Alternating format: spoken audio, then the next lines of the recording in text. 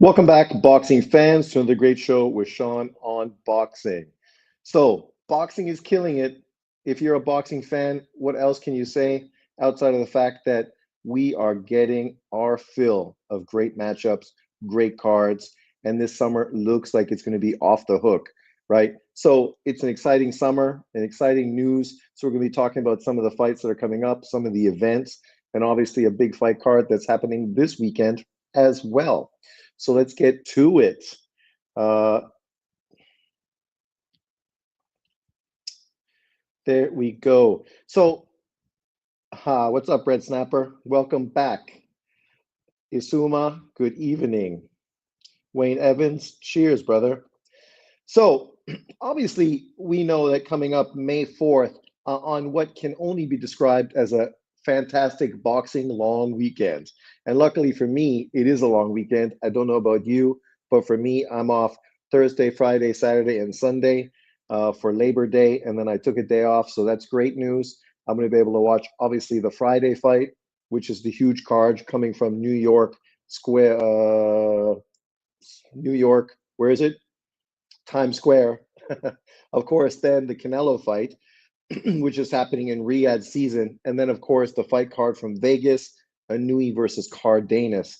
And I know a lot of people are going to be critical of Inoue because he's not fighting the name opponents that they want. But you can't really blame a fighter who's an undisputed champion who's being forced to fight his mandatories. But unfortunately, every time he organizes to fight a mandatory, the mandatories find a way to blatantly duck him. And you know what that's about? These guys, I think, are just waiting for Nui to move to 126, hoping then to end up getting a title the easy way from the email. We saw both Goodman on multiple occasions, and of course, recently Picasso duck and dodge in a Nui fight, which for Picasso, it makes no sense to me. Because think about it, I don't know what they're offering to fight in Vegas. Maybe it's less money than potentially opponents would get to fight in Japan. So maybe Picasso's thinking, fuck that. I'll just fight you in Japan and I can make career money. Whereas if I fight you in Vegas, potentially maybe the money is not as big. I'm not sure specifically, but that seems to be the only thing that you can really say. Otherwise, why wouldn't you be fighting a Nui for undisputed in Vegas, where all the fans are going to be your fans? It's basically a home fight for Picasso. But there's not really any way to explain it. Obviously, I'm a big Nui fan, so I don't really care who he fights. You know, this harkens back. I'm sure many people remember when we just watched boxing and we weren't moaning and groaning about every opponent. So it'll be good to see Inui get back in the ring. Obviously, he's one of the most busy fighters in the sport. Red Sniper says, Eubank, Ben prediction, please. I know you hate the fight, but would you like your take? I'm going to be talking about that. Obviously, that's the big fight card this weekend. It's not that I hate the fight. I understand why in the UK it's a big fight. Obviously, the name recognition, right? But I don't think it's really that great of a fight, right? The only reason it's getting any kind of push is because of their fathers. The sons themselves have done sweet fuck all really to elevate the fight outside of being obnoxious, getting caught using PEDs, and ducking fights left, right, and center. But outside of that, it's a great fight. Sumo says, I knew he said in an interview that Aram chose the opponent. Well, I think they negotiated, right? And they were chasing Picasso, his mandatory, but Picasso walked away. And obviously, then they had to find an opponent, which was obviously Cardenas. The MJ fight will be great, yes, in August in Japan. That's going to be a fight. That's really the that and Junto Nakatani, the two most significant fights of Inui's career, right? A lot of people are always criticizing Inui's resume, trying to make it out that he's not fighting quality opposition, while Bud Crawford deserves to be pound for pound number one based on the elite level of competition fought. But that's a fallacy.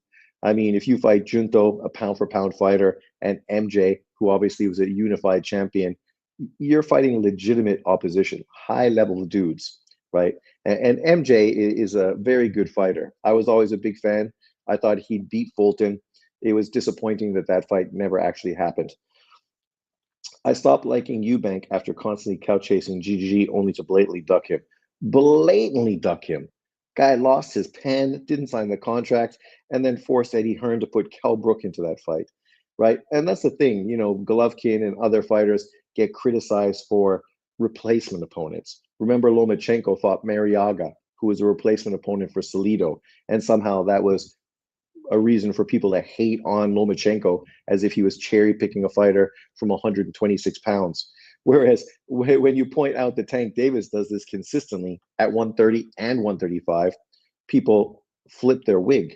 Yet he's done it constantly. The only reason Lomachenko fought Mariaga is because literally Salido, after saying that he wanted the fight, agreeing to the fight, uh, basically ducked the fight, only to end up getting beat by a nobody afterwards, which basically ruined and ended his career. But the choices we make. But let's move forward. Obviously, the Nui fight's going to be great. I'm excited. It's also a very good card. Here are two of the big fights coming up. Obviously, as we mentioned, the notable fights this week: Ben versus Eubank. And overall, this is a good card, right? I know a lot of fans in the US aren't very excited because apparently this is going to be on pay-per-view on DAZN in America. And it's all UK fighters. So a lot of Americans are just so xenophobic, they don't really want to support anything unless it's American based. But when you think about this card as a whole, it's a good card. I mean, Billum Smith versus Glanton, that's the fight I'm most excited to watch. Those two dudes are hard punchers, legitimate cruiserweights, tough as nails, son of a bitches. That fight is going to be a knockdown fucking slobber knocker. It should be great. Anthony Yard versus Arthur. Obviously, this is a trilogy fight. We do expect Yard to get rid of Arthur the way he got rid of him in the second fight, and then hopefully move forward to get bigger and better fights at light heavyweight. And then Smith versus McKenna. Smith, ex 154-pound world champion, obviously fought in Texas against Canelo Alvarez, beat Eubank. He's a legitimate opponent. And taking McKenna, a young up and comer, it's a quality fight. And then, of course, Ben Eubank. I think this is probably the biggest mismatch on the card. I don't rate Ben at all. Loved his father. I like his father way more than Eubank's dad, who was a complete fucking tosser. But Eubank at least has skills. Ben, no skills, steroid user. Now he has to move up from 147 to 160.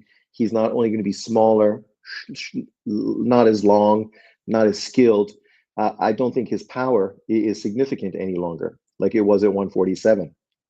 Obviously, bigger weight class, but obviously off the juice as well. Maybe he'll be back on the juice for this fight, and it'll be a much more interesting fight because of that.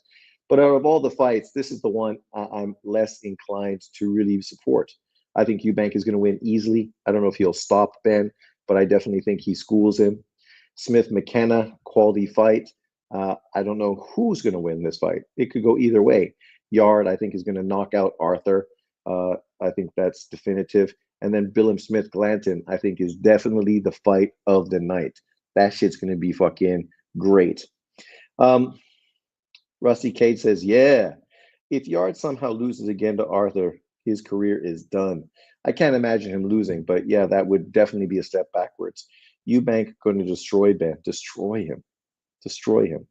No skills. That's ridiculous, bro. Oh, come on.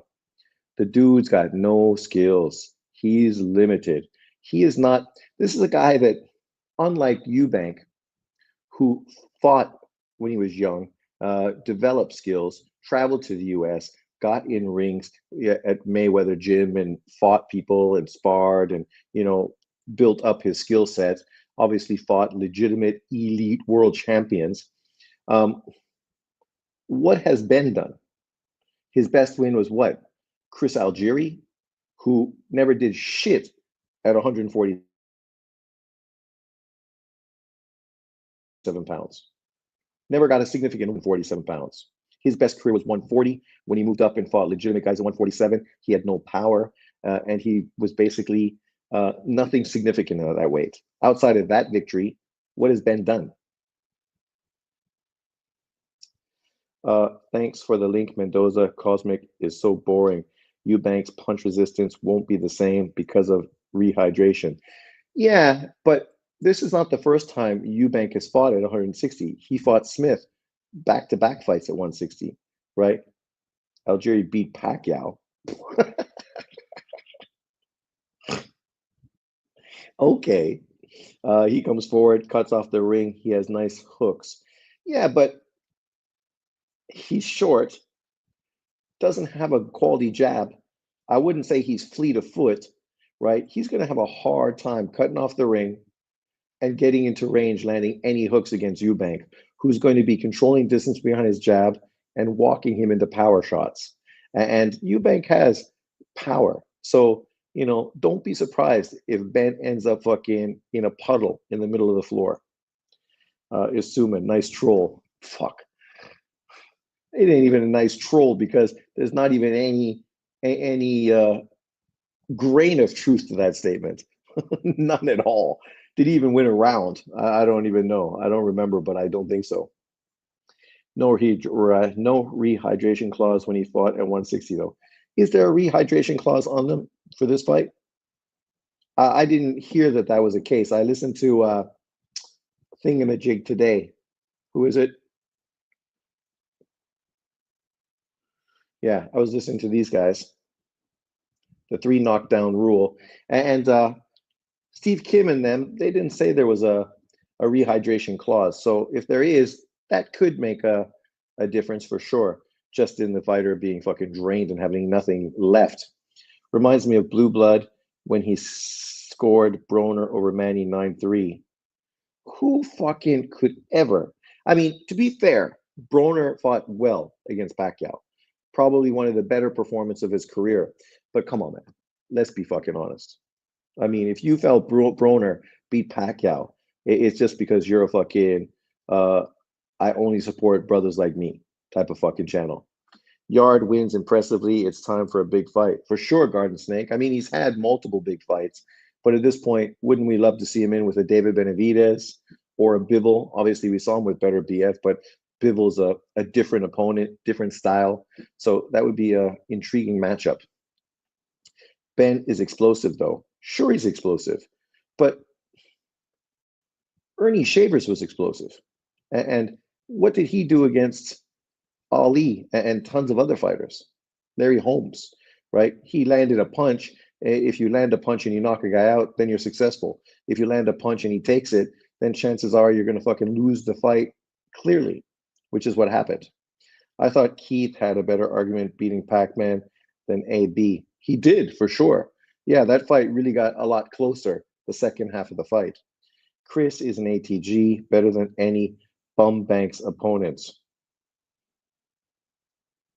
Come on, man. Get real. Better than fucking Eubank's opponents. Eubank lost to some quality opponents. He lost to fucking George Groves. He lost to Billy Joe Saunders. I mean, he fought some good, high level opposition. The kind of opposition Ben has never even been in the ring with. Like, literally, never. It's cool. If you think Ben is going to win, okay, put your money fucking on it. Go for it. But when I do my prediction league, I guarantee you I'm not picking him to win. I'm more confident in Eubank if Bomac was in his corner. I guess after getting locked up in the UK, messed all that up.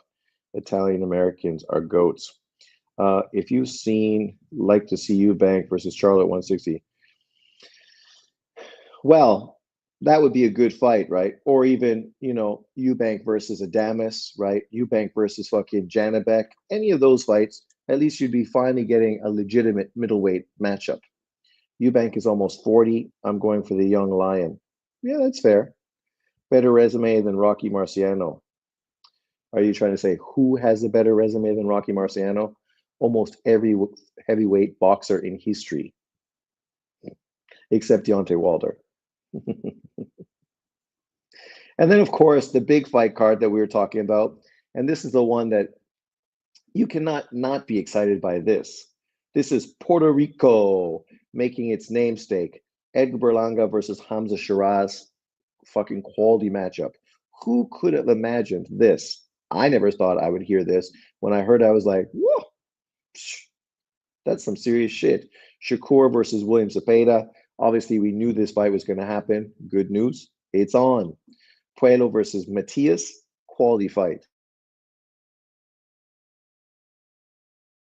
right? A fight that easily could have been a unification. And then, of course, the fight I'm looking forward to, David Morrell versus Australian-Russian Iman Katyav, right? A hard puncher. Obviously, I think Morrell is the far more explosive fighter. But Kadyev is obviously a strong, tough, resilient guy. So it'll be interesting to see how that fight unfolds. I would predict Morrell to win the fight, but Kadyev might make a fucking statement, right? And what a great opponent to make a statement against in Morrell.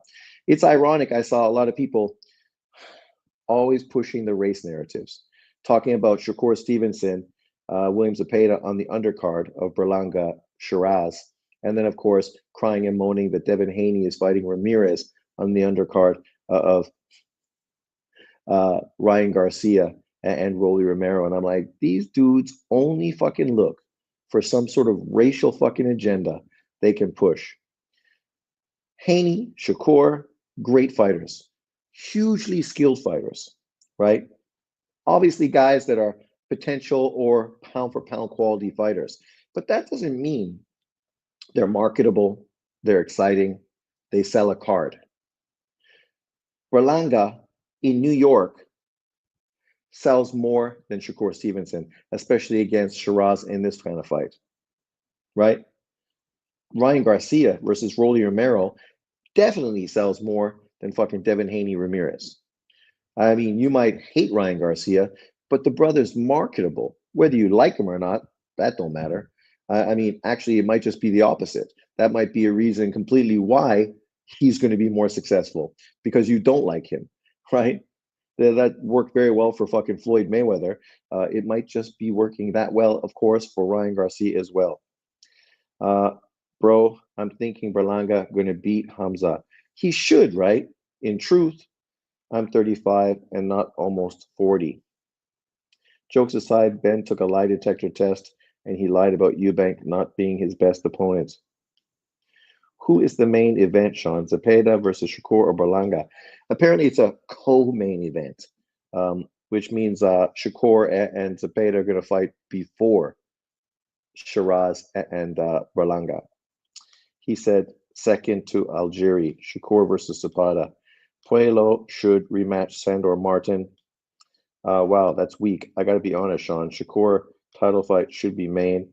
I don't think it's racism or anything. It's just the new 2025 era. Popularity wins. Yeah, and who can complain about that, right? If Turkey does something where he puts like a fighter like Shakur versus Peta number one, but it's not as marketable and not going to sell as much, then he's going to be criticized for doing bad business and not understanding the American market. If he puts Berlanga Shiraz number one, then he's getting get moaned and groaned about that he's being racially biased and not putting slick black fighters headlining a fight card. But the reality is, who gives a shit? Like this whole mentality for me, this is just fucking idiots who consistently want to push a racial narrative. I could care less who goes first. If you put Shakur Zepeda first and Berlanga Hamza Shiraz beforehand, I don't care. I just hope both fights end up being great. I don't care which one comes first, which fight comes second, right? And vice versa. If you put Haney versus Ramirez, the main event, with Ryan Garcia and Rolly before it, I also wouldn't care, right? I'm not the one making the card. I'm the one paying for it, and I'm going to get to see the fights, regardless of what number they are. Do I really fucking care? I mean, you know, people got to understand that things aren't what they used to be. Remember back in the day, you'd buy a CD or a LP, right? And you sit down with your boys, smoke a fat one, and you'd play it from the beginning to the end, right? And maybe you'd even replay it afterwards after you sort of soaked it in, absorbed it, just to get another listen to it. And literally, you just entrance yourself with this whole fucking album and want to hear it, how it meshes together and get everything out of it. This is not the era we live in now. People don't buy albums. They fucking only have tracks that they like. And when you have guys, you know, they'll play one song in a CD and then take it out and put a different one on, or do they don't even use CDs now? So it's just a mixed thing and then it's all on shuffle. So there's no rhyme or reason. There's no fucking connection. You think about all the great albums back in the day when you're listening to like Pearl Jam and fucking Red Hot Chili Peppers and albums that really cohesively mesh together from the first song to the last. Go back even farther when you listen to Hendrix and other people, right? That's the era we live in now. People don't watch a whole NBA game, they watch the short, right? Or highlights. This is just the way things are now. So it doesn't really matter what number you are on because a lot of people aren't even going to be watching the card from beginning to end. They'll watch like the fight they want, they'll watch it afterwards. You know, somebody will send them the clip and then they'll watch it when they get it, they'll download it, or they'll watch it free on YouTube after the fact. So these people, it's just always looking for some reason to push racial fucking agenda. It's sickening and pathetic. The LDBC have been trying to push that, even though Dev is on Ryan's undercard. He's supposedly going to be the highest earner on the night. Pure bullshit. Yeah, they're saying that, and it's just like, come on, man, really? Okay, well, whatever. Canelo 4-fight deal with Turkey, Skull, Bud, Eubank, Shiraz. If Eubank and Shiraz wins, Skull, Bud, Eubank, and then Shiraz. I mean, it's not the fights I would pick because he also just talked recently that he will go and fight Bivol at 175, and that's really the only guy he's interested in fighting at 175. So I'd like to see Bivol on that as well, but you know, who knows? I would like to see Benavidez as well. I mean, I want to see all the great fights. Obviously, you don't always get what you want, but you know, it is what it is. Mendoza, Espinoza is going to be on the Inoue card and said that he will take the spotlight from Inoue. What's your thoughts about that? He should say that, right? It's a big opportunity for him. People are going to watch Inoue. It's a big fight card in Vegas. Espinoza's fighting. I don't even know who he's fighting, so he's not really fighting a quality opponent either. And potentially he may be a future Inoue opponent himself. So you want to make a statement, right? Call out Inoue, you know, challenge him. Inoue can come up for his fifth weight division to take on Espinoza, which for me isn't the fight I prefer. I'd rather see Inoue take Ball in the UK. I think watching Inoue fight a guy this much bigger than him, I'm just not that intrigued by it, right? It just doesn't even seem that intriguing of a matchup because the one guy is going to be so much taller, so much longer. It just kind of seems a bit of a farce. But you know, some people will push for it because anything to see Inoue get beat. But he should say that. He should do it. That's a big opportunity for him. Puebla versus Matias, curious clash of styles. Matias is 33 now. Another loss would hurt him. Do you give Zepeda any chance to win? Most think he gets schooled. I always felt that he would get schooled, even though in theory, his pressure style is the kind of style that should give a slick fighter like Shakur problems. The problem is he kind of got exposed in the Farmer fight. If he couldn't be more effective against Farmer, then it makes you really wonder how he's going to be effective versus Shakur. Honestly, I think Teo versus Barboza should be the main event, but Ryan's popularity, I get it. Well, that's it, true, right? You could also have Teo uh, above Devin Haney. I think either one of them really. I know people say Teo doesn't really sell, but I feel Teo, at least he tries to sell events. Like you look at that presser with all six of those guys. People like Ring IQ and others mocked Teal, but at least Teal brought energy to try to market the fucking fights and market the card. I mean, Ramirez has no personality, so he's terrible for marketing. Ryan Garcia didn't do much. He was pretty quiet and reserved. Rolly had a moment where he was doing stuff, but even when him and Ryan went in at each other, it was like two friends just, you know, not even really baiting each other that bad. Barboza ended up showing some personality going at Teo, but for the most of the card, not much. And then Devin Haney fucking didn't do anything. He sat there yawning, fucking looked bored, looked like he was disinterested, only got annoyed because Teo was trying to fucking provoke something. Like, like you, I know the LDBC gonna act like he's the next fucking Floyd Mayweather, but there's no chance in hell that that's ever gonna fucking be the situation. Never. No personality. Unless his daddy's there fucking saying something, nothing's being said. Pearl Jam 10, fucking classic album. Honestly, I think Tio Barboza, yeah. Berlanga is going to get folded. Welcome back. His Inoue fight on Monday, at Sunday, even in Vegas. Well, it's going to be Friday, Saturday, Sunday. So I think the card from New York is Friday, the 2nd. Canelo in Saudi Arabia is the Saturday. And then Sunday is going to be Inoue in Vegas. Sean, did you Dev tell Tio he still has his O? He's actually proud of the fakest O in the history of the sport. But that's the mentality guys like Devin and the LDBC consistently try to push, as if somehow having an O makes you somehow significant, right? I mean, come on. All the best fighters in boxing history, none of them have fucking O's because they fought top level, elite level competition. And when you do that, you're going to lose fights. When you cherry pick and fucking pick and choose, then maybe you can finish your career undefeated because you didn't take many risks and you were more focused on an O than you were in actually doing what was great for your legacy, right? I mean, at least you got an O. Who gives a fuck? I mean, Teal's career, he never became officially undisputed, but in truth, if it wasn't for the politics of boxing, he would be a two-weight undisputed champion, right? And the reality is his wins over Lomachenko and Taylor are better than any wins fucking that Devin Haney has. Devin Haney's best win is against Regis Prograis. Well, Regis Prograis was also beat by fucking Taylor. So, that sort of takes away that.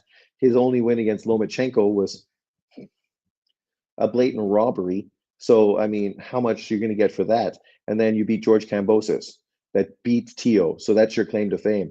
I beat the guy that beat you. Yeah, and Lomachenko fucking destroyed him. But he doesn't get credit for that, right? Because, that wasn't the same Kambosos, apparently, according to John Boxing. But yeah, I mean, who gives a fuck about O's? I want to see dudes fight. I mean, Anthony Yard lost. That doesn't fucking make me not want to see him fight Bivol and Benavides right now. No, it has nothing to do with it. I think it would be a great fight, great style matchup. He's got 2 losses. I don't fucking care. It's insignificant. Canelo's got 2 losses, but we want to see him fight Bud. We want to see him rematch Bivol. We want to see him face David Benavides. Doesn't matter that he's got O's. Caleb Plant's got 2 O's.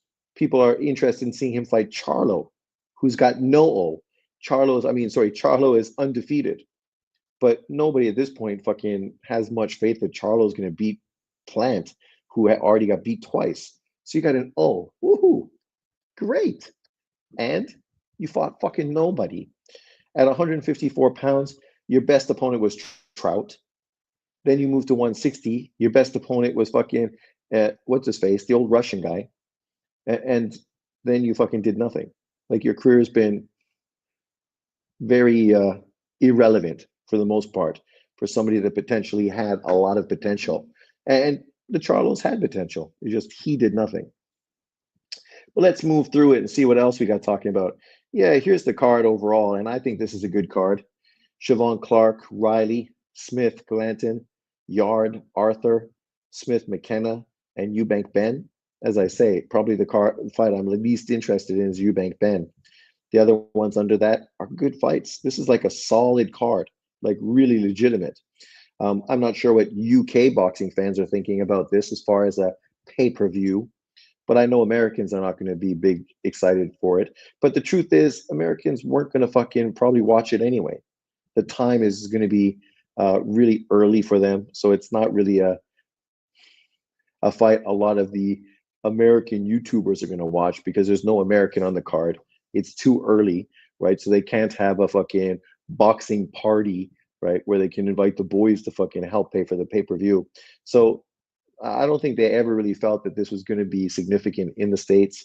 It's pay-per-view because if you're going to watch it, at least you're going to have to contribute a bit. But overall, I mean, I don't think this is going to be a hugely well-received fight card in the US. Jamel's resume is sad. Sean, what's up, Tavern? Yeah, I mean, there was so much potential. If he would have just did that fucking Andrade unification fight, potentially he could have got a Golovkin fight, right? There's a lot of things that could have happened, but unfortunately, nothing happened. When he was at 154, he didn't try to unify with any of the champions. Literally did nothing. Uh, Unfortunately for a lot of those PBC fighters, their careers are all what if, right? Kind of like the Marvel series. What if, right? What if they fucking weren't protected by fucking Al Heyman?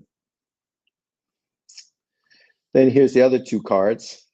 Inoue Cardenas on the 4th, Espinoza versus Edwin Vasquez. Vasquez is not a bad fighter. It should be a good opponent for Espinoza, but I've been pretty impressed by Espinoza. His second victory versus Robsy Ramirez was pretty fucking destructive, and the fight he had before that was very destructive. I don't know how he's sucking his body into that fucking frame for 126 pounds, but as long as he's at 126, he's going to be a dangerous opponent. I would like to see him after this move up to 130, try to get a fight with Navarrete, Espinoza for the WBO title. That would be great. That would be a old school Mexican on Mexican throwback fight. Then, of course, this one, the best fight on this card from Times Square is now Ryota Tsutsumi making his professional debut against Laval Whittington. Man, you guys watch Ryota Tsutsumi and see this kid. I know he's not in with really a live body, not a real tough test. They kind of threw him in last minute after he obviously signed with Ring Magazine. I thought he was going to make his debut in Japan, and it probably would have been against a far better opponent. But nonetheless, you can't fucking get away from the marketability here. Key card. So it's not going to be a really big, long, typical Saudi Arabia, Turkey Al Sheikh fucking all day type of card. You got 3 main events, and then Ryota Tsutsumi making his debut, right? And him fighting in the States, making his debut. Obviously, it's a good opportunity for the young Japanese fighter. And I think people are going to be very impressed. As I say, he is the Lomachenko, the Japanese Lomachenko. He's good, skilled. And don't think Whittington is going to get out of the first round with him. It's going to be a short fucking night. And then hopefully we get to see a lot of bigger and better fights moving forward after that. And then as far as the 3 fights, I praise this card consistently because I think all 3 fights are great. I have no reason to moan and groan. I don't care who's headlining and who's coming in second. Tio could be first against Barboza. Great fight. It's a world title fight. He's taking on his mandatory opponent, right? I mean, Haney, Ramirez, there's no title on the line. Garcia, Romero, there's no title on the line. So really the fight that should be headlighted is probably Lopez versus Barboza. I think Barboza could beat Lopez. I think Ramirez could beat Haney. I think Romero potentially could beat Ryan. The only guy that's not going to lose on this card is going to be fucking Ryota Tsutsumi. Pay attention to that kid. He's a serious one. Salute, Sean. What's up, ET? I'm not sure if I will buy a Eubank fight. We have enough pay-per-views in May. It is going to be busy, that's for sure. I already bought my double header fight card on DAZN, Canelo, and obviously the T.O. Ryan Haney fight card. So that's done. What did it cost me? So for me, super cheap. I know for you guys, I think they were saying $90. So about $45 for each fight, which isn't bad, right? Those are like almost old school prices, $39.99. I paid about $35. So 1,200 NT. So nice. I think Rolly has no chance against Ryan.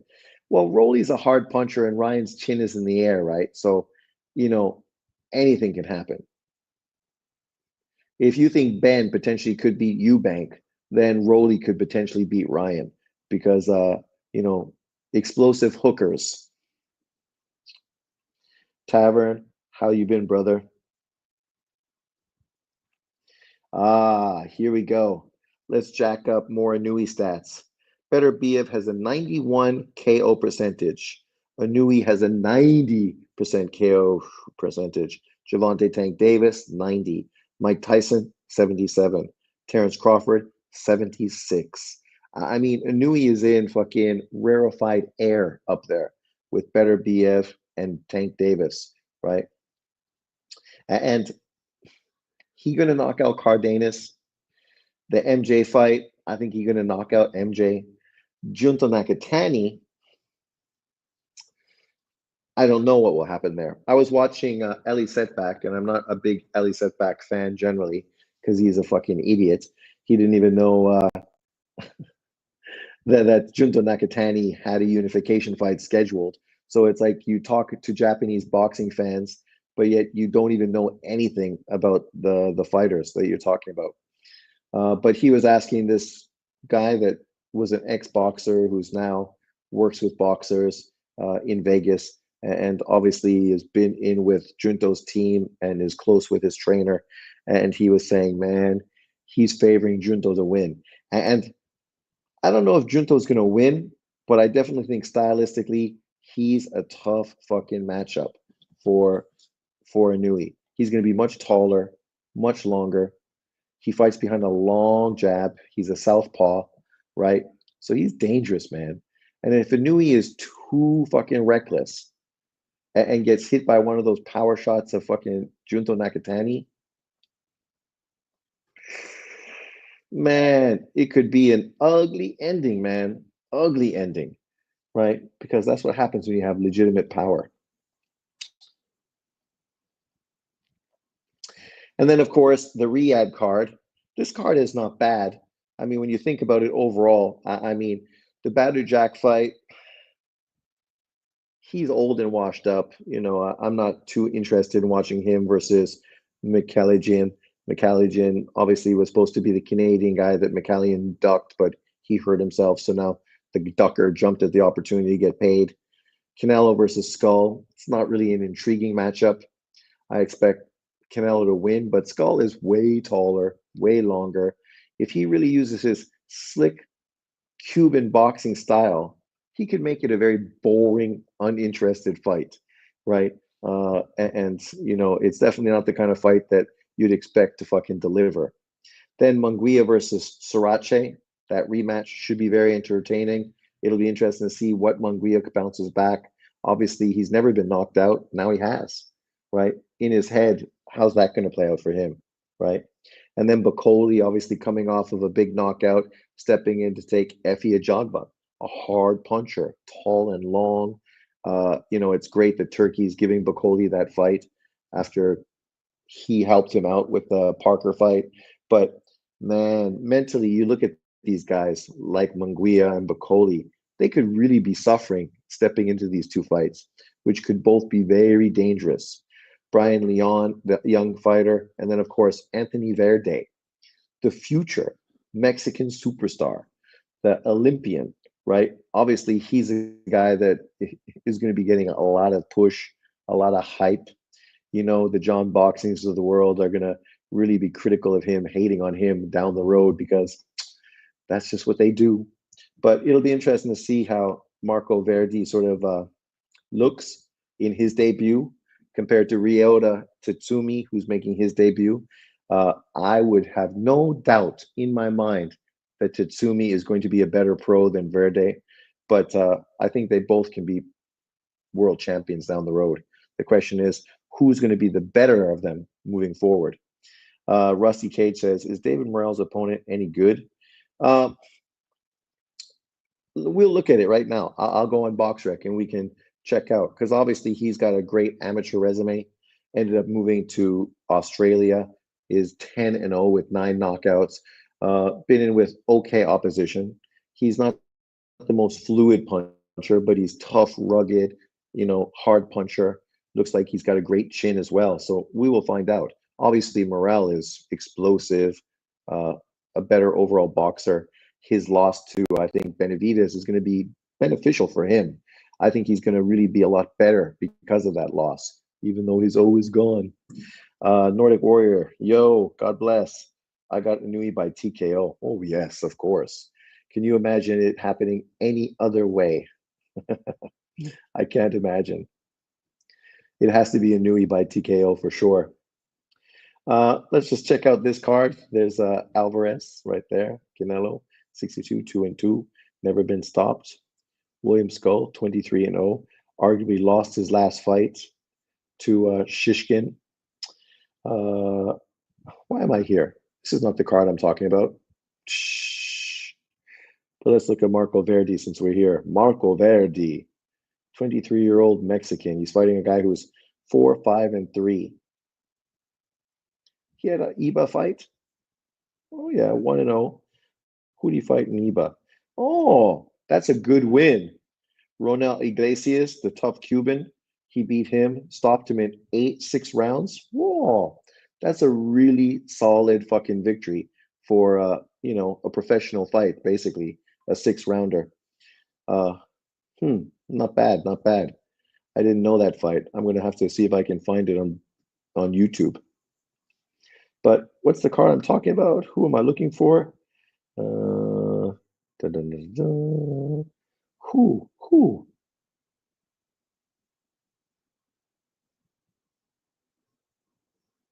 Who is it?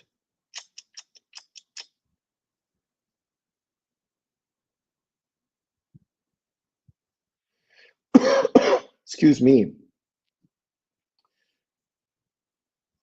So Morel. Morel is on what card? Why does it fucking escape my brain? What card is Morel again? Why is my brain fucking going through brain fart? We're just talking about it, and now I can't even think about who he's fighting. Duh. Um, Morel on the Berlanga fight. Ah, yeah. Berlanga. Where's Berlanga? How far do they have him ranked? Fucking Eubank 25.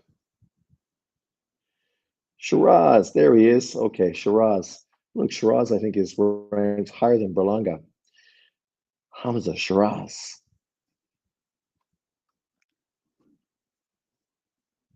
Hmm?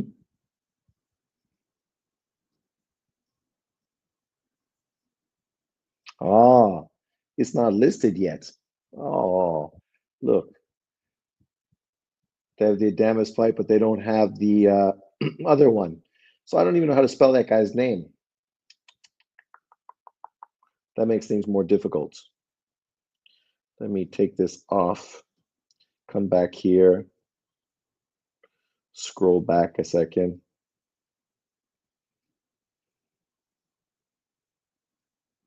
There we go. Imam Khatiev. Khatev.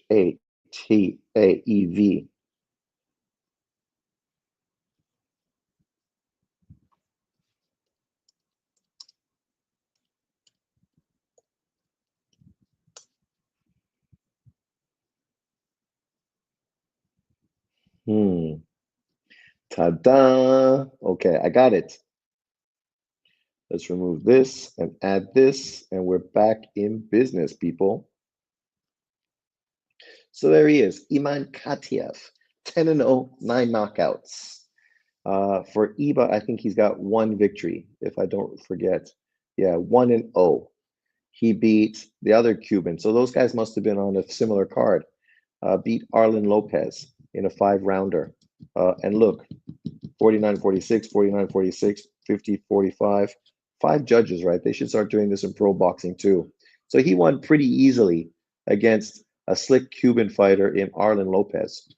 So that's not bad. As an amateur, 88-22. Beat the tough Kazakhstanian fighter, beat Arlen Lopez in the amateurs.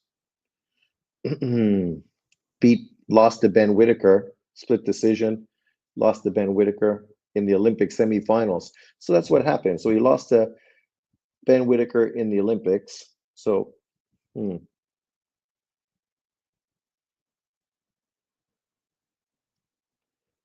else? A lot of Eastern Europeans. Let's see if there's any big names that stand out. Khalil Cole, obviously American fighter. Pavel Siligin, a guy who's done very well in the pros, beat him. Beck Nuremberg lost to him. He's obviously a top fighter right now in the pros as well. Lost to Silligan, beat Silligan.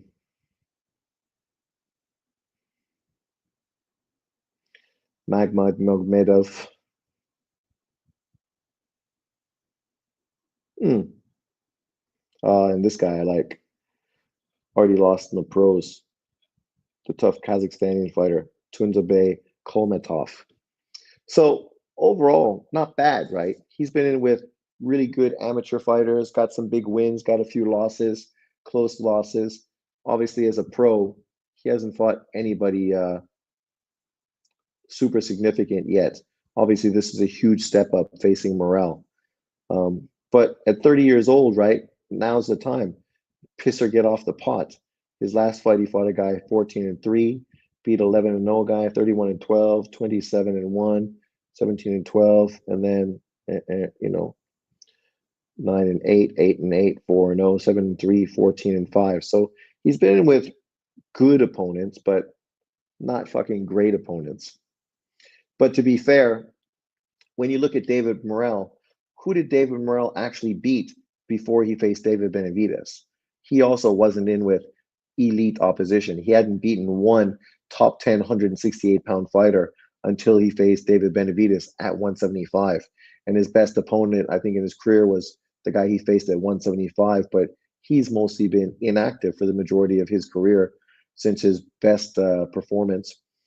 So it'll be interesting. It'll be a good fight. I favor David Morrell because he is explosive, longer, has better feet. But I thought that against David Benavidez, and that did not fucking pan out well for me because I ended up being wrong, and he ended up losing to Benavidez. So, those fast feet didn't really pan out. So we'll see what Iman Katiev can do. Obviously, fighting in Australia, I don't know if that's a good thing or a bad thing, but it is what it is. What's the predictions this week? Let's see the prediction leagues. Dun, dun, dun. Fantasy, week number 24. So there we go. Let me know what you guys think. Maybe you can help me win. Last week, I thought I did pretty well. And I thought the losses I had, everybody would have. Fuck, man, I dropped from 14 all the way down to 40 something. Jesus Christ, I got murderized. But Pavel Suslin, 10-0-5, is fighting Lucas Brian Bastida. How do you predict those fights, right? They're fighters I've never even heard of. Eric Tudor, 12-1 against Kevin Johnson, 12-5. Justin Valoria, obviously Brian Valoria's son, 8-0 with 6 KOs. Obviously, I would go for him. He's fighting Alejandro Young, 12-1. Ricardo Sonny Robeldo, 10-0-3 versus Dante Etora, 11-1-2. Chris Eubank Ben, as I said, I'm picking Eubank probably by 8th or 9th round TKO. Liam Smith versus McKenna. I'll go with Aaron McKenna, but let me know, guys. What do you think? Do you think McKenna is going to beat Liam Smith? Smith is older. I got to favor the younger fighter. I just think he's going to be more game, more hungry. So I'll pick him by split decision. Anthony Yard versus Lyndon Arthur. I'm going to go with like a 4th round TKO. I think Yard got him out of there in the 2nd round, the second time they fought. Billum Smith versus Brandon Glanton. I'm going with Brandon Glanton with the majority decision. I think that's going to be a fucking hard-fought war between those two monsters. Vidal Riley, 12-0, 7 KOs versus Siobhan Clark, 10-1, 7 KOs. I know people were saying that they thought Vidal Riley was going to win. I'm leaning towards Siobhan Clark, the Olympic pedigree, Jamaican brethren. I'm going to go with decision.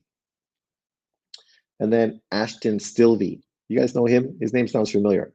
11-1, 9 KOs versus Nicholas Polanco.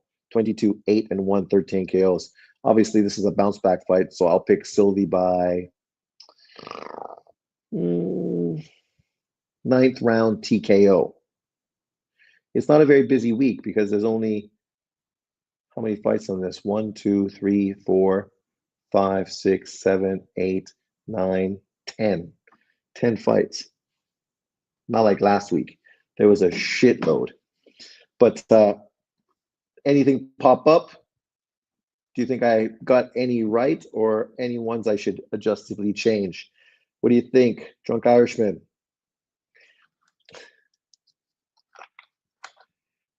I will do some research, but sometimes with these things, a lot of it's just chance, right?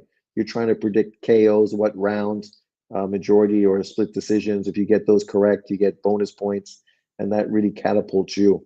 I usually do well predicting the TKOs, but so far this year, the season I've started, very bad. On what flat platform are you in a prediction league? This is a very popular one. Fantasy boxing predictions. Uh, I don't want to be rude, but to be truthful, I don't even really know who the guy is, but obviously he follows boxing and he did this league. So people that have channels and, you know, he contacts you and hooks you up. Who are some of the people on this list? I'll break it down. I'm sure there's lots of people here that you know. The rankings as of last week, number one, Esteban Rodriguez Aguilar. I'm not sure if I know him, but Mark James Knowles is number two. Who else do I know? Rob Day, number five. Toby Bartlett, number six. Joe Stunner, obviously he's got his channel, YouTube channel. He's number nine. D Jefferson was number one. Now he dropped down to number 10. Uh, Neto Lopez, Boxing Monkey, Champ Ross, Trey X. He moved past me because I dropped off. Uncle Burnt Apostrophe, Michael Jurgic, Miss Skywalker Boxale, D Low Boxing,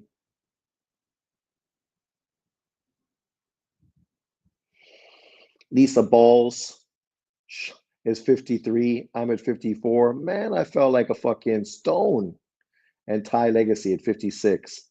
So look at that. How did I go from top 15 over 1 week and I dropped down to fucking 54th? That's some bullshit.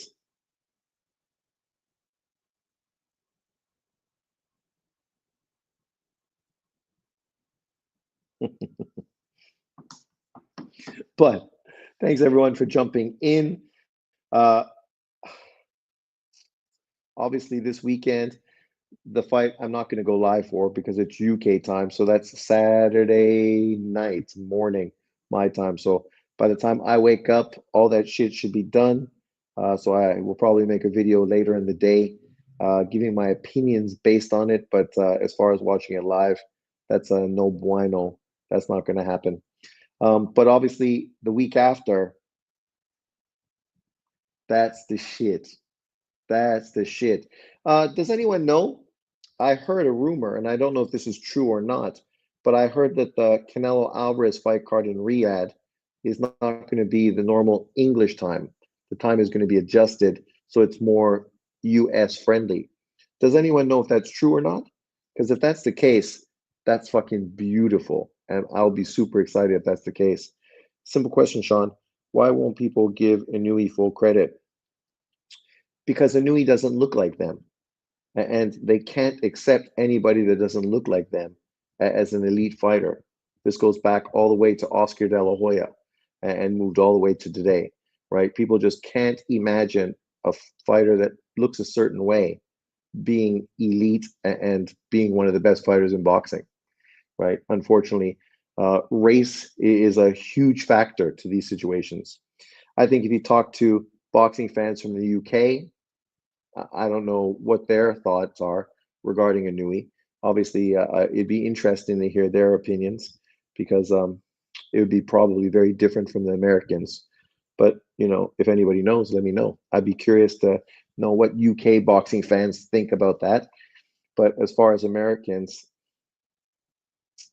man, Harder Quill says, hope not. So you don't want the Canelo fight to be US time? You want it to be UK time?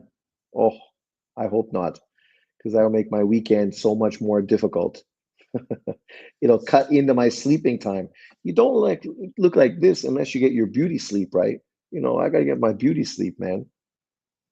Only the Afros hate on Nui. Well, that's what I'm trying to say without you know, being negative. It is all about race, right? It's like people could not accept a non-black fastest man in the world. They cannot accept a non-black best boxer in the world either, right? As ignorant as that is, that's really the crux for a lot of that kind of narrative, and we've seen it for decades. So it's not new. It's nothing to do with Inui.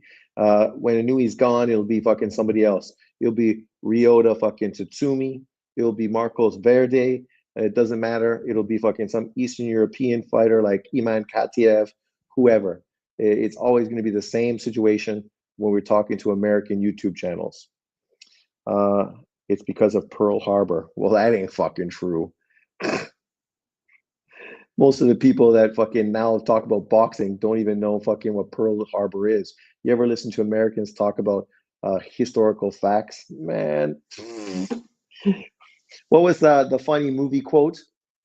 I can't remember what movie it was from. Oh, fucking Belushi. When Belushi is talking about when the Germans bombed Pearl Harbor. A lot of fucking Americans are like that right now. I think this is a fair take. Ever since boxing has gotten more global, the talent has been more diverse. Europeans, Mexicans, blacks, Asians, black Americans don't dominate anymore. Yeah. And it's not a bad thing. It's great that we have a much deeper pool of boxers, right?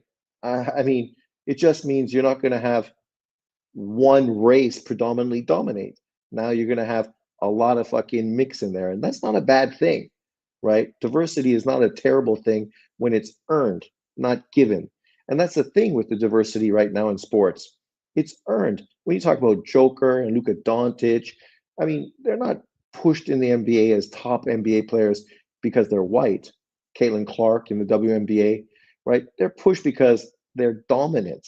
You can't not put them there because they are so good, they fucking carved out their lane, right?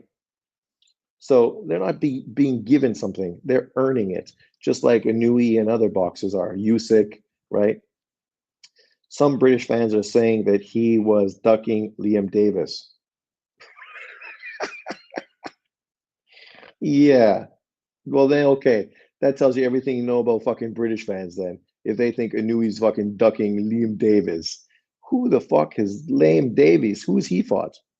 I think this is where they never had any greats in the smaller divisions, so they tried to dismiss it.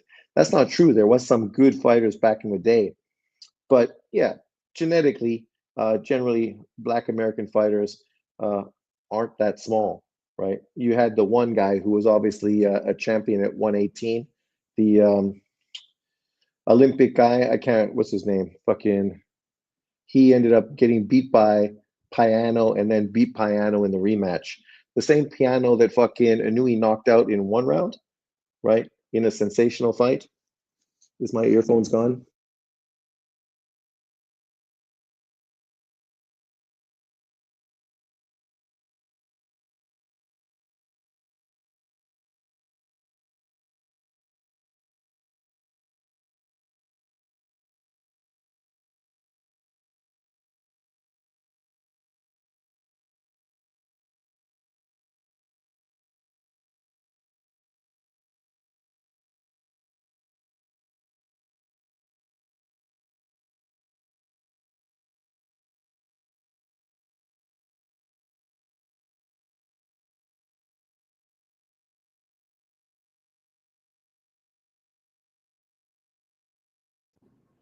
Hi, now?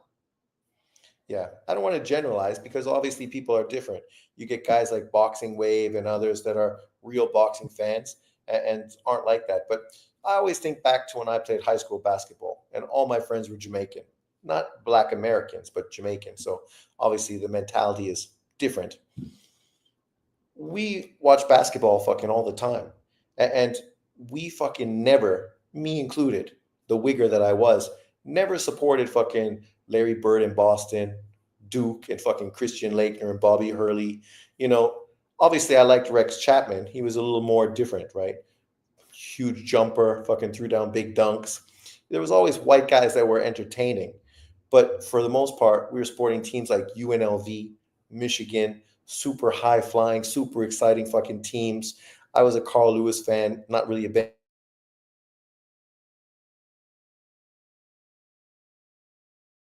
Johnson fan. Basketball was Dr. J, and my favorite boxer was Dr. Sugar Ray Leonard. So, I know what we were saying back then, me included, right? And there's a lot of dudes that now in America that are the same as me that say the same stuff, and they're not black, but they have the same mentality, right?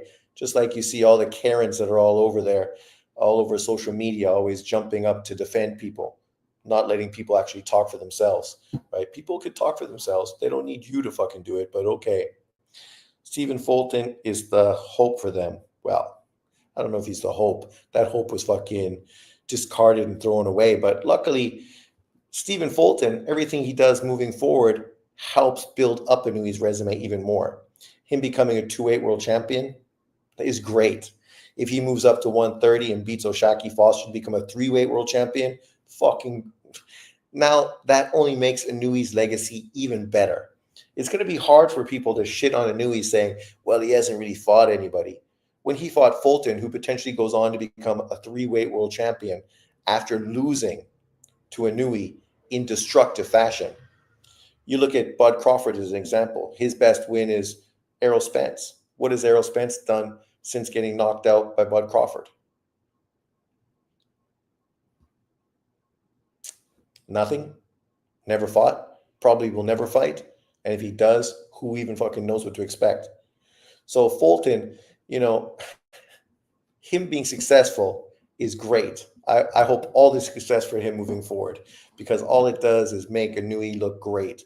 It's like when people talk about Canelo Alvarez, they hate Canelo, but every time Canelo does something good, it only benefits Floyd Mayweather, right? So if you really support Floyd, you should hope Canelo goes on to do great things because at the end of the day, you can sit back and go, oh, yeah, that Canelo win, whew, that aged well.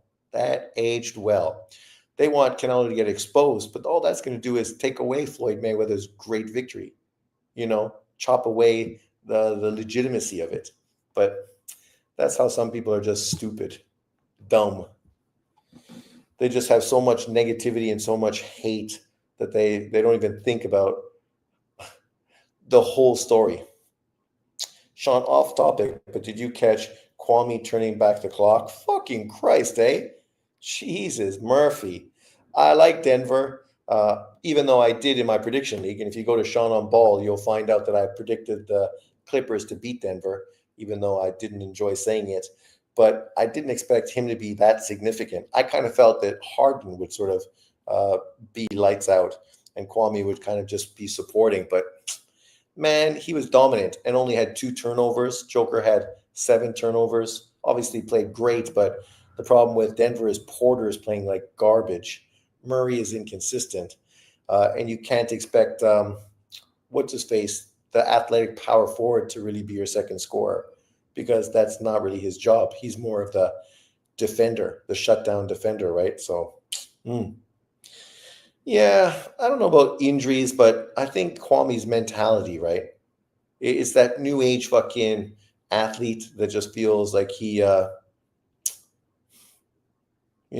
pampered, spoiled, entitled. A shocking stat in the last 4 years includes 2025, no American has finished top 3 in pay per view, or sorry, MVP voting. Yeah, I mean, you think about the last guys. I mean, obviously Joker won what 3? What's his face? The center for Philadelphia. And then obviously Giannis is 1-1. So, you know, the Europeans are killing it. And then this year, it's going to be the Canadian, right? And then Joker and probably number two. Uh, so, yeah. I mean, that's the conversation they had about who's going to be the face of the NBA. And then, of course, Ant and John Morant, they kind of shying away from it.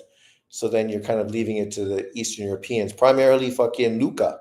Luca's the first Laker since Shaquille O'Neal to score 30 points in his first two playoff games with the Lakers. I mean, if the Lakers go on and do something significant in this playoff run, they don't have to win, but just get significant. Maybe get to the finals against Oak City if they beat Oak City and then go play Boston or fucking Cleveland in the finals and lose. Uh, how bad is that trade going to look for Dallas, right? Luca leads fucking Dallas to the finals and then he gets traded and then he leads LA to the finals. Whether he won in the finals against those two teams, that's irrelevant. The point is, you want a player that makes your team that fucking relevant, right? I don't expect Dallas to be that relevant again anytime soon. When is LeBron retiring? That is the question. That is the question. The way he's playing right now in the playoffs, defensively, he's made some great plays, man. Steals, some great blocks. He's played well. He probably could play easily another 2 seasons as long as he stays away from injuries. I know that GM Nico should be fired. Well, it's not him, right? He just did what ownership told him.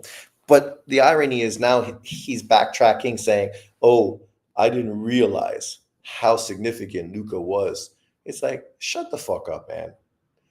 If you ever listen to Mark Cuban talk and see Dirk Nowitzki and how they fucking related to Luca, then you can't say that with a fucking straight face because you're full of shit.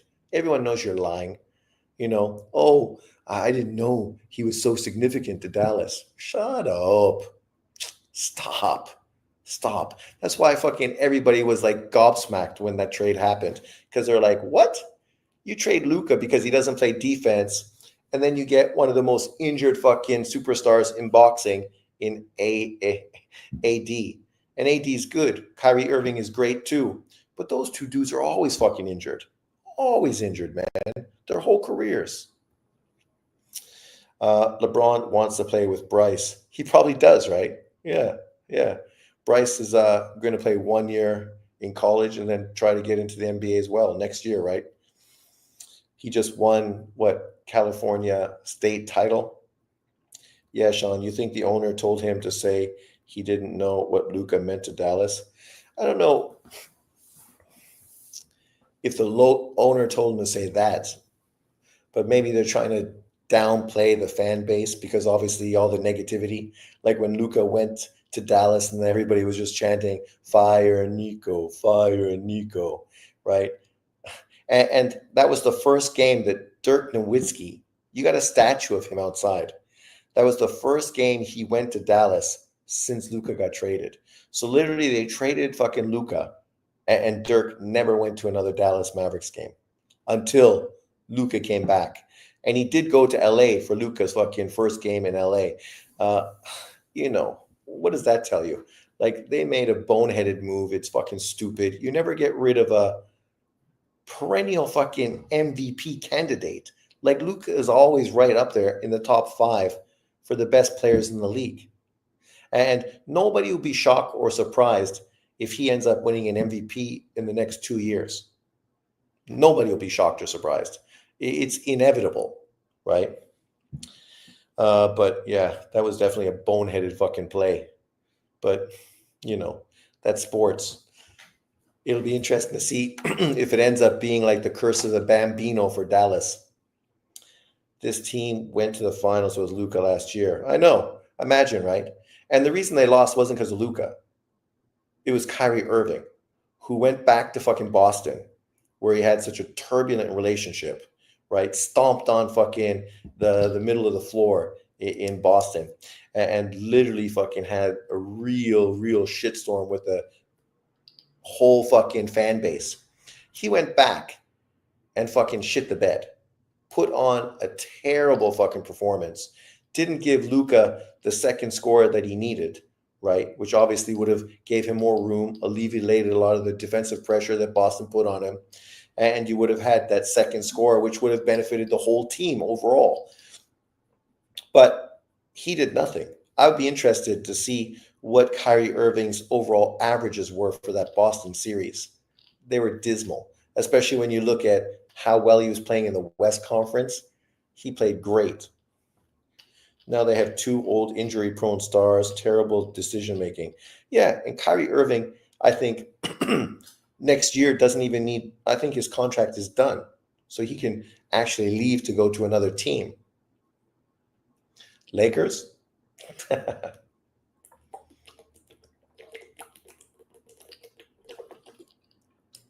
Kyrie, LeBron, and Luka?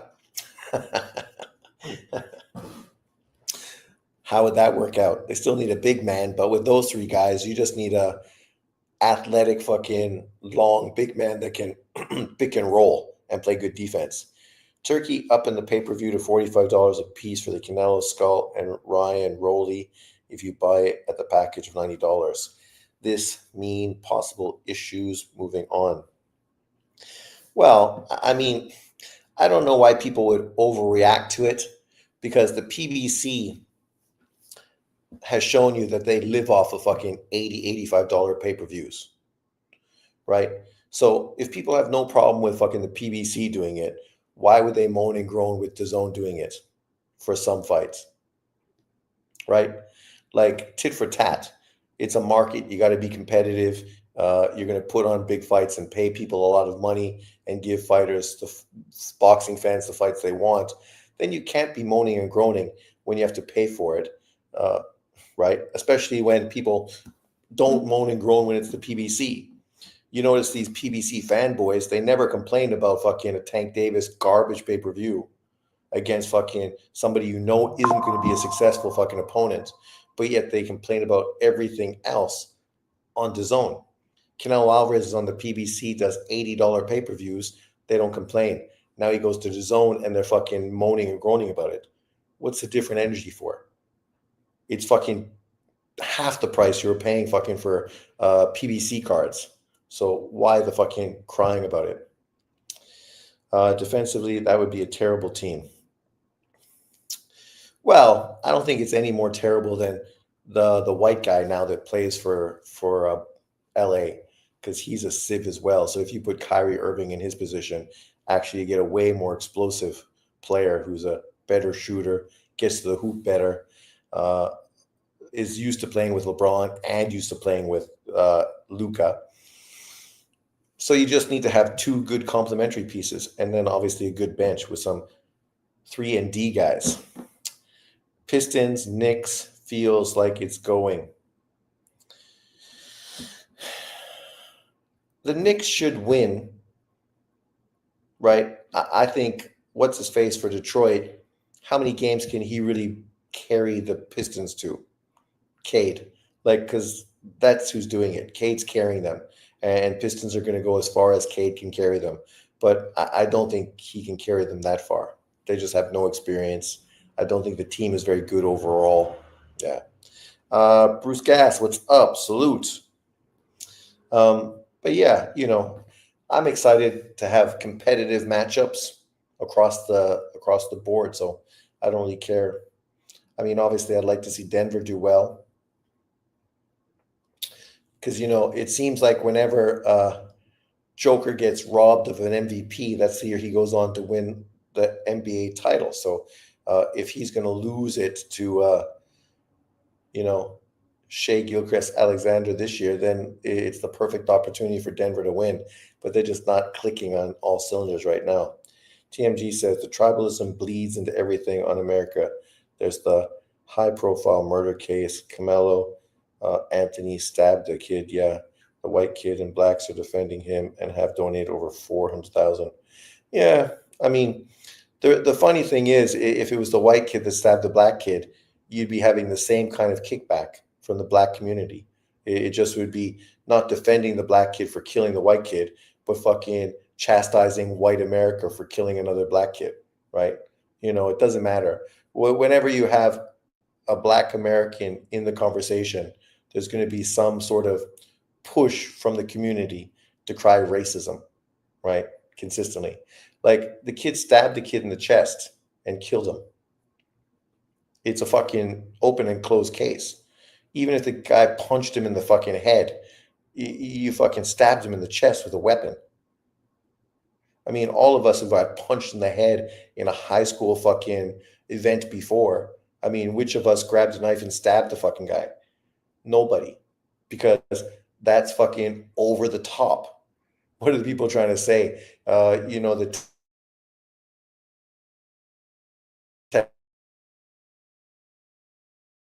Texas rule, all a rule or something. It's like, man, you know, the reality of it is a lot of the negativity Black America's community brings onto themselves is because of what Black America's community brings onto themselves, right?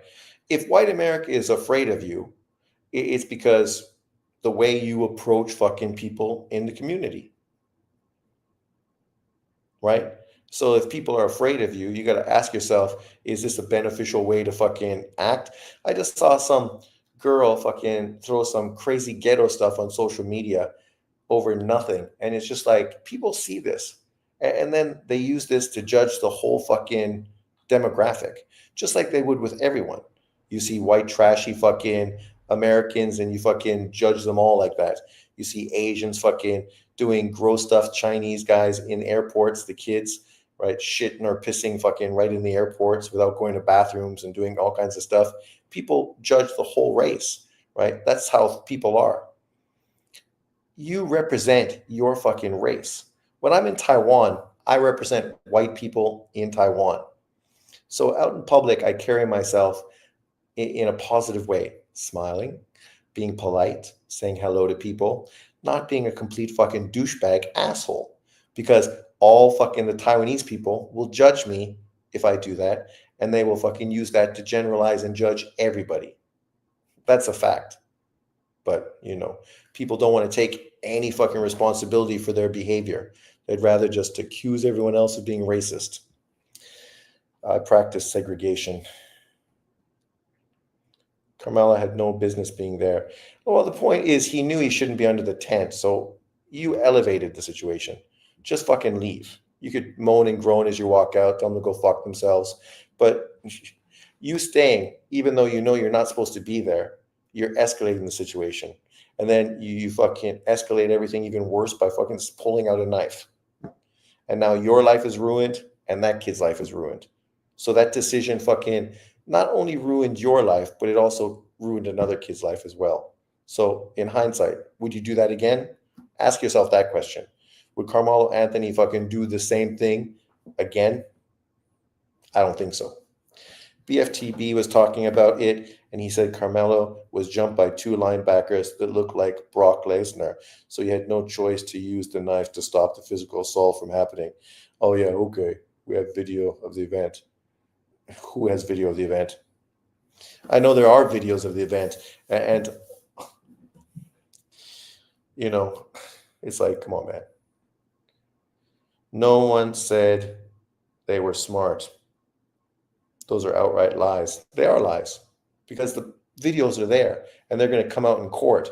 And then all this bullshit is going to either be verified or not verified. From the things I've heard, it's all crap. It's not true at all, but we'll find out. In truth, I don't care because it is what it is. I'm not surprised fucking the black community is, of course, defending him and then making it out to be a racial thing. The only racial thing is you're making it out to be racial. Otherwise, it's only as racist as you want to make it. If the white kid is that the black kid, then we know what its story would be. It would be outright racism. Hollow Ninja, thank you very much. It's Sean Unboxing. We keep on going. Salute, bro. Salute, bro. I know. Sometimes watch this panel for boxing. those people don't believe like humans. Well, come on, jokey jokes. Let's not generalize and be negative and justify people's negativity towards us by being racist and hateful. You got to have a certain amount of acceptance, right? People are people. You have good people in communities, you have bad people, you have ignorant people, you have people that are totally cool. Like every fucking group has all kinds of people. Apparently, he'd gotten in trouble previously for bringing a knife to school. He was looking to kill a white person. I don't know what he was looking for, but throwing his life away, I don't know if that's what he was fucking looking for. Not only did he ruin his life, but the kids, but also his family. There's nobody winning from this situation. I bet the basketball player Carmelo Anthony's got hate over this accidentally. Can you imagine? He's scratching his going, fuck man, why you name your kid after me? And now all over fucking, he just ended up getting retired into the Basketball Hall of Fame. But of course, no one's talking about that because this situation is so overblown, right? It's crazy, ridiculous. But, it is what it is. Unfortunately, there's people that are just always trolling and looking for ways to make shit fucking negative. I don't want to make things negative. Boxing is killing it. It's fucking great. Right now we're in the NBA playoffs. We just came off of a great NCAA March Madness tournament. Life is good. The only problem, I live in Taiwan, is fucking not May yet, and already every day it's 32 degrees and hot as fuck, and it's only going to get worse. Oh, I'm going to be melting for the next 6 months. But thanks everyone for jumping in. We're here to talk boxing. We don't want to get too distracted by the political news on the world, but obviously sometimes you can't ignore it. But we'll try to ignore it and just focus on the sport. But thanks for jumping in, everyone. I appreciate it. I'll be seeing you later this week. Obviously, Sunday, I will try to go live post-fight just to talk about the results and if I was correct, if Eubank did walk through Ben like I expected he will. Thanks for watching. See you guys later. Enjoy yourself. Remember, life is short. Enjoy it. Put a smile on your face and make sure that you enjoy every day because life goes fast, man. Peace.